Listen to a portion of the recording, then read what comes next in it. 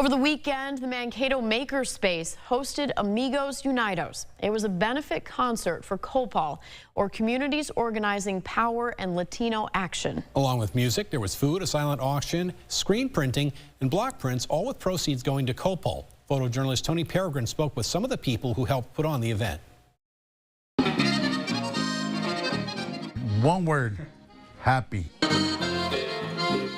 Despite Operation Metro Surge ending in mid-February, COPAL organizer David Mesta says support is still needed. We're still seeing a lot of aftermath from it. The effects of not being able to go to work, the effects of having their family members still being detained. They're still around. Just because there's less of them doesn't mean that they can't pop up. Music can be a bridge between cultures, and Rogelio explains how it brings people together. Our music comes from the northern part of Mexico, and a lot of it is very influenced by German, Polish, Czech. The immigrants brought the accordion. Everybody says, well, it sounds like polka.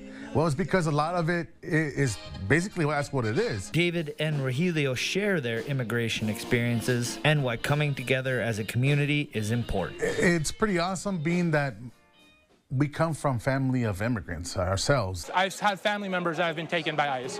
As a community member and as a Latino, it's important for me to see that our whole community steps up and protects them. The only thing that divides us is the language, but the music has no limits. It has no boundaries. So through that, we can communicate sometimes a little bit better than with our words.